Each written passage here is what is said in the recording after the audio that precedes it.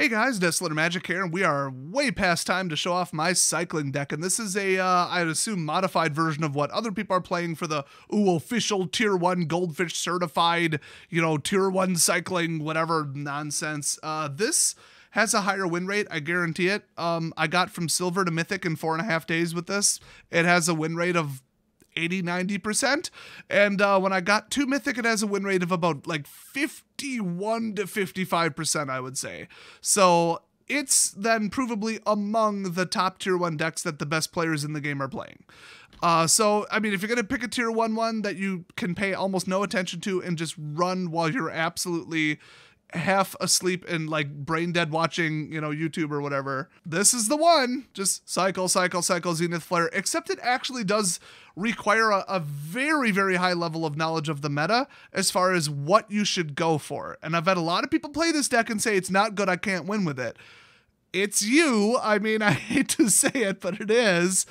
You have to know, okay, you know what? On turn 2, they are playing this. So I need to abandon, this and go for like one of these and one of these as early as possible because they can't recover. Or, oh, it's life gain, so I need to actually do this. I need to let this through, but then I'll do this.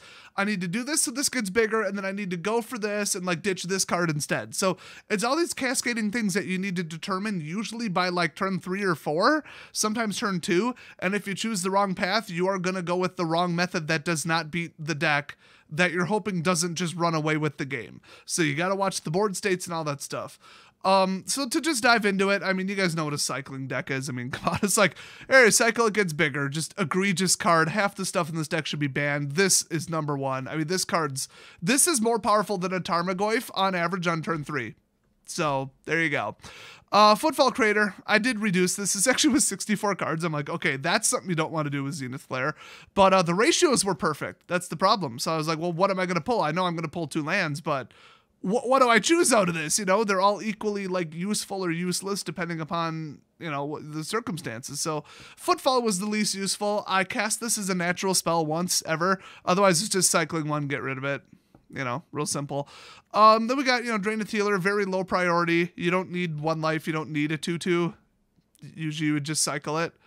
If they have low cards in hand and you're just going to swing away for the win, with physical creatures, then do run it. Absolutely throw it out there for the 2 damage. Because if you cycle it, you're only adding 1 damage to a Zenith Flare that you might pull, and it's a 1 and done. This is 2 damage every turn if they don't have blockers, and they probably don't have reinforcements, especially if you can overflow them. So then we got Valiant Rescuer, really good card here.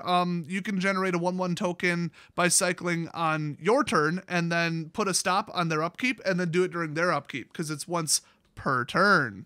Interesting.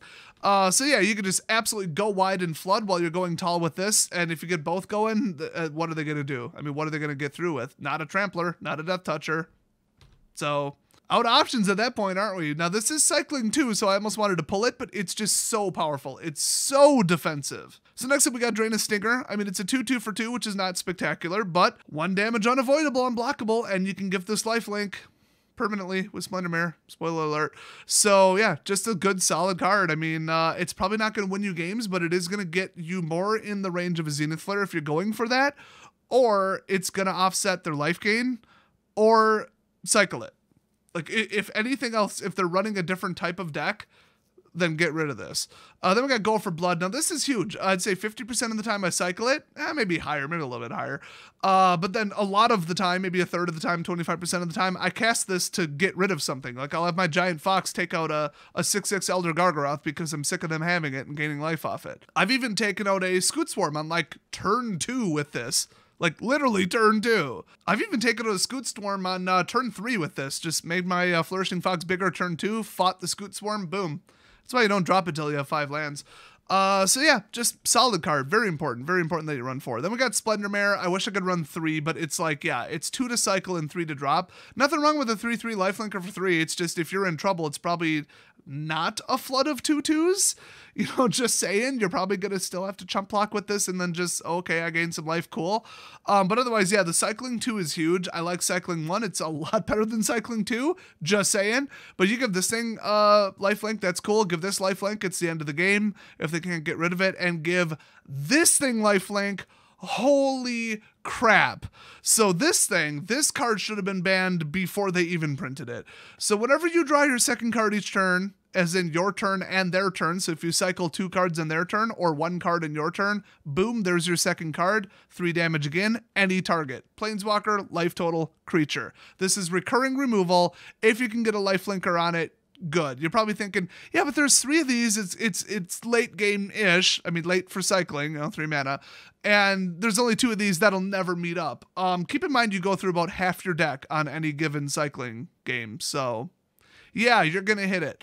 And then we got Shatter the Sky, just in case. You have to admit to yourself, they're going to have a superior board state some of the time, and you need to do something about it. So if that doing something about it is they've got 6 creatures, they're all getting kind of big, or they got a Scoot Swarm that's out of control, they got a Mutate stack, and they're taking out my stuff, one at a time with that stupid Dirge Bat or that other piece of shit.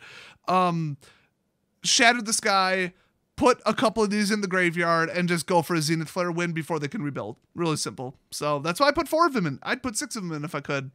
Doesn't fit the deck list, and these come up pretty damn often, but it never seems to come up when you need it. But still, I mean, with cycling, 4 of these is basically 10 of these with the amount of cards you're going to go through. So you're going to see 1 of these per game usually, which is very, very, very good. So then we got, the game winner, the whoever designed this card or approved it, play tested it and said it was okay. They need to be fired from Wizards immediately. Then we got this thing. If you natural cast it, it's kind of funny, but other than that, cycling 1. So there it is. Then we got these. So I did go with 4/4. I've been thinking about going 5/5 just for speed, because in like a turn 4, I'm dominating and I've already drawn a Zenith Flare type of, deck, where the first couple turns are so sensitive for getting off the ground and getting stuff into play and getting triggers and getting your foxes bigger. Do you really want a bunch of come and tapped crap? Not really. I've been thinking about dumping these, but the life gain is nice. It usually just buys you a little bit of time because these games are close. It comes down to the last life point because of the little bit of life gain you have and the couple of hits you have to take. But the temples, so that's huge. That's huge. If anything, I should have more of them. In fact, why the hell am I running... Why would I not do that? So anyway, I've been thinking about dumping Fabled Passage though, but that doesn't usually come in tapped, and I did reduce it to 3. So it's like, this looks pretty solid. This makes sure that I don't have another land next, which in all likelihood I don't need. Or if I really do need another land, this will make sure that it is next, especially if I keep a 1-lander and it's a temple. So these are very important. Instead of just cycling blind, you can save yourself an entire turn by costing yourself a partial turn worth of mana, kind of. So it does make sense logically to run a Scry land, but you also need these for speed. And you need these for cycling and for color fixing. So I thought, well, I mean, would I get color screwed more if it was 5/5? Yes. But like, I don't want to cut these. If anything, I go to 3. And I don't want to cut these because I usually actually end up cycling them late game when I'm sitting on like 8, 9, 10 lands, if I just need that damn Zenith Flare. So to me, this looks good, but you could play with it. You could play with it a little bit. So let's just go to the gameplay. I mean, I've got some pretty prime examples here. Oh, 2 more things. This thins out your deck and gets rid of these, which you do not want to hit these. These will cost you the game. Late game, you want as few lands in your deck as possible. In fact, I should almost just throw in like 3 Evolving Wilds, except then the fetch numbers wouldn't match up. So you really don't want to just kick these out and go full speed because you will start drawing these lands late game, and you usually only have 1 cycle card that you're chaining into more and more and more. Why don't I put in Savai Thunderbane when he's a 3/2 for 2 that does 2 damage and I gain 2 life? Because you're never going to have that 2 mana, and if you do have it, don't pay it. You need it to cycle 2 more cards. So this is really close to being a good card, but it's not. Also, it only hits creatures. And finally, why am I not running Rael and splashing blue to run her, as well as Startling Discovery or whatever development? Well, 1, Startling Development is an awful card. It's just a cycle 1 target, basically. It's not very useful, but I don't know, it's probably more useful than Footfall. And like, she's cool because she gets +1/+0 for each instant and sorcery card in your graveyard, so she's kind of like a portable Zenith Flare, except she has 3 toughness. And then whenever you discard 1 or more cards, you're never going to do that. So it's like, yeah, she's a big powerhouse, but she doesn't do anything with cycling and she doesn't have cycling. So, and also, I mean, if they clear your graveyard, Zenith Flare and her are both done. So that's 2 win cons. And then, like I said, you got to splash a 3rd color. So this used to be partial blue, but it's like then it slows it down with all the fixing. It's just not worth it. And I know people run her. There's just no other way to say it. So let's jump into the gameplay. Okay, I'm playing this at 100% speed instead of double speed because this gets really, really, really intense and complicated. So he's running a 4 or greater deck. I already know this. Turn 1, literally my turn 0, I already know this. So what am I going to go for? Lots of chump blockers unless he gets a trampler or a trample enabler.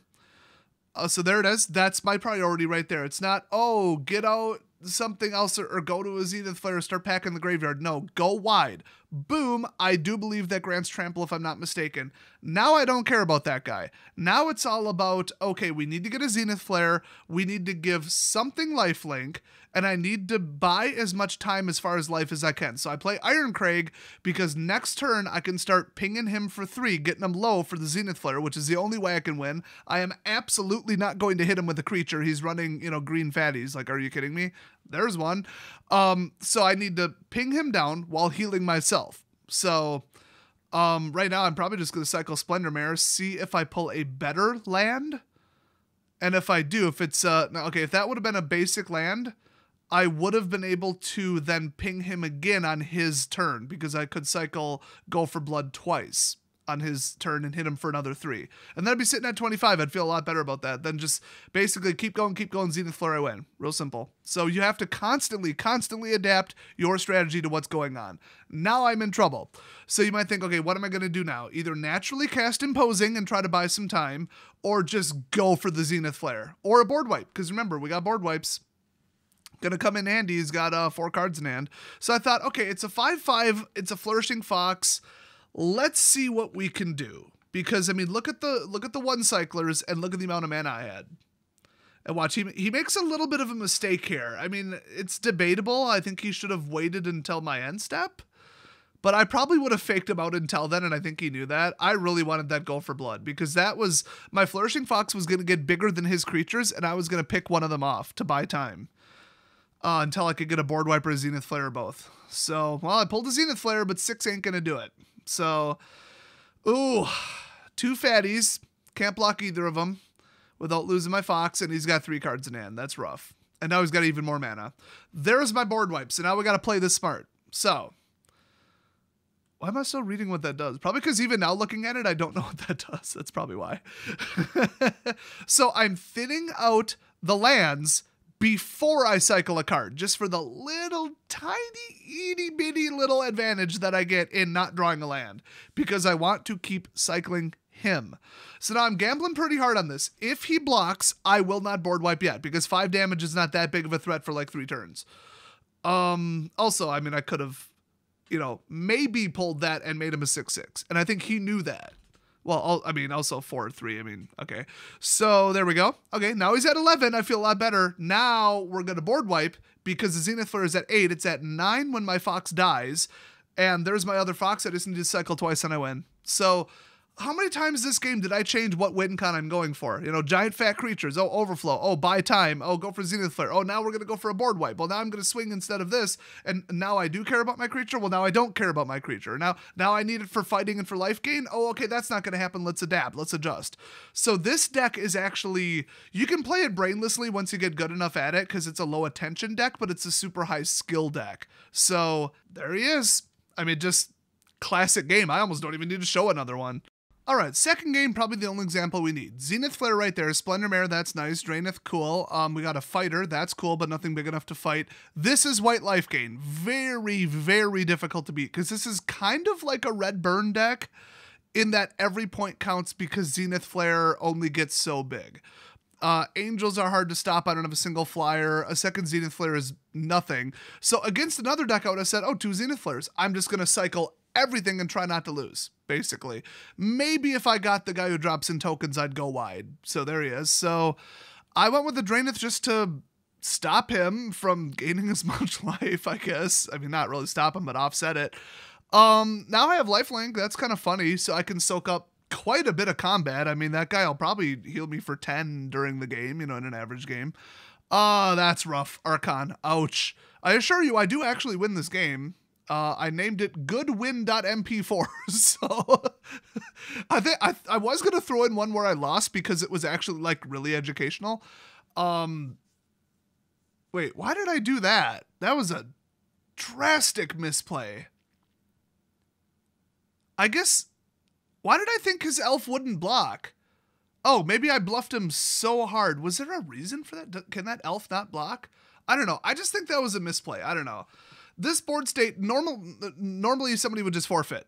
But I know that my deck's better than this, and also I just top decked a Shatter. So people are like, why are you putting a Shatter in a deck like that? It's a Blitz deck. You're just wasting a slot. This game, you dumbass. All right, here we go. Some people just, they don't get it. They just think, I'll always have a superior board state. Everything's going to go perfect for me every game. Well, you're an idiot. So, all right. He has 0 cards in hand. Can't do anything about the Heliod, can't do anything about the bird generator, but, well, Irencrag can do something about the bird generator. It can kill the birds. So, no, you jackass. Give me my Irencrag back. I hate you so much. Okay, so that's, you know, that's Cry, though. I mean, that time I didn't need to bury something, but I could have. What do I do here? I don't remember what I did. I think I just, do I swing? Yeah, because he's not going to block. He is going to block. I was very sure he wasn't going to block. Because he could grant it lifelink. I guess he wanted lifelink on that turn, but he could take the 2 and then hit me with lifelink for 2. So that was not the right move. Now he has nothing to drop it on. I mean, remember, this guy was like 91% ranked in Mythic. How do these people get here? It must just be net decking. They don't actually know how to play the game. Like, I mean, you give a chimpanzee like a bat, he's probably going to swing it around kind of okay, but, you know, not as well as like a trained, I was going to say like ninja / MLB player, but I don't know. Ninjas don't train with bats and MLB people probably don't train how to beat somebody's ass with a bat. So just pretend that metaphor made sense. Just don't give a bat to a chimp. That's really the takeaway. I don't know what just happened. I wasn't paying attention. I think I'm kicking his ass. Going wide is a somewhat okay strategy. I mean, I mostly need to block flying creatures, but okay. I could up my DPS. We got the 3rd Zenith Flare, so now it's like, okay, 88824. Let's just start unloading. And then whatever he drops into play, board wipe Zenith, board wipe Zenith. I almost should have board wiped before I Zenith Flared to get 1 more in the graveyard, except that that's 6 damage. So, like, I'm not going to get rid of 6 damage. All right, so that worked out really nicely. Really, really lucky draws. But if you think about it, luck is a lot less of a factor when I had probably 20 to 30 cards left in my deck. So you're probably thinking, how did you pull 3 Zeniths and then 2 board wipes or 3 board wipes? Because, like, 2/3 of my deck is gone. Like, that's literally exactly the amount that you would be expected to pull. The mathematics behind a cycling deck work completely differently than a normal Magic deck because you are going to see so many of your cards that you can usually count on them to show up. Not 100%. You're going to be waiting for that Zenith Flare for a long time. I've had it literally be the second to last card on my library and still won with it. And the number 1 takeaway from this game that you just watched is you have to have Shatter the Sky in that deck, or at least some kind of board wipe. Would I run like Thunderous just to take out Planeswalkers? No, because if you're board wiping, it's probably because something bigger than a 4/4 is there, or 4 toughness. And Irencrag can assassinate Planeswalkers, so it's just a solid deck. It is virtually impossible to beat this deck unless you just do not pull what you need in a game. Then, I mean, whatever. You just pull nothing. You just keep hitting lands and you can't do anything. Yeah, you're going to lose, but that's just, you know, luck. That's your opponent could draw lands too, you know, just saying. Or if their board state is just so overwhelming and you are out of board wipes, or they can come back from a board wipe, they keep bringing stuff back, or they just overwhelm you with life gain to the point where even like 4 Zenith Flares wouldn't reasonably kill them. Or they just blitz it with Poison, Death Touchers way too fast, or Red Rush. But this deck usually deals with Red Rush really well. But other than that, it basically wins every game. Oh, I guess it loses to like, you know, super, super hyper control decks like the all-in black removal board wipe deck that just runs the man lands and tries to win with just them, which, spoiler alert, you can Zenith Flare their stupid frickin' man land. The game will never end. You'll probably run them out of cards, or let's be honest, you'll run out of cards first, but it's funny. If you spam enough emotes, they might forfeit. They're like, oh, well, I can't win now. Well, neither can I. There goes one of my 4 win cons. And the rest of your entire deck is removal, so I'm not going to win with a creature. So can you pull another man land before I can pull another Zenith Flare? Probably not with the speed of cycling, but I would gamble on it. But if I just sit there and go, good game, good game, good game, haha, LOL, crying Hedron, they usually just quit. But also there's the blue-white based hyper control decks where they try and do something with like either all colorless or Ugin on like an early turn, or, you know, just all this Jeskai crap with, oh, every time I blink I get another control spell. You know, that shit where it's like as soon as it's like turn 15, even turn 10 against that, you can't do anything. And anything blue-based rogues that has like 8+ counterspells in it, they're gonna hold a counterspell and some mana forever. Just forever. And they're going to sit there and resurrect their stupid frickin' rogues quicker than you can kill them in board wipe. So it's rough playing that, but rogues without counterspells where it's just all in rogues, oh, you're going to shred them. They don't stand a chance in hell. Mill decks, you'll kill them on turn 5 or 6.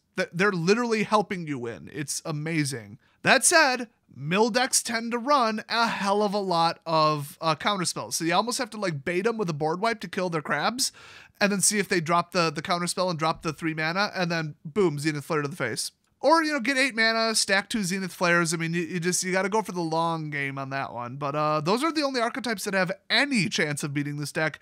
Everything else, not a chance in hell. Giants, too slow, too big of targets. My board state's going to kill you on like turn 5. And that's the thing. If you run unopposed, if it's like something where like Angels, Giants, something slow like that, you're going to have like 7 damage in play on like turn 3 in all likelihood. There's no coming back from that without a board wipe, and if they do, you'll probably still come back from it. I mean, it's nasty. You get that early blitz army, it's almost like you're running mono red rush. So that's my advice. Deck list in the description. Please go play it and piss off every single arena player. This has got to be in the top 3 for the most hated decks in the meta right now. People are so sick of people playing this boring ass mow through their deck at 1,000,000 miles an hour, you know, binary win con, glass cannon horse shit. But it gets wins, like I said. Took me less than a week to get to from silver to the top of mythic. So can't argue with results. So thanks for watching, everybody, and I'll see you guys next video.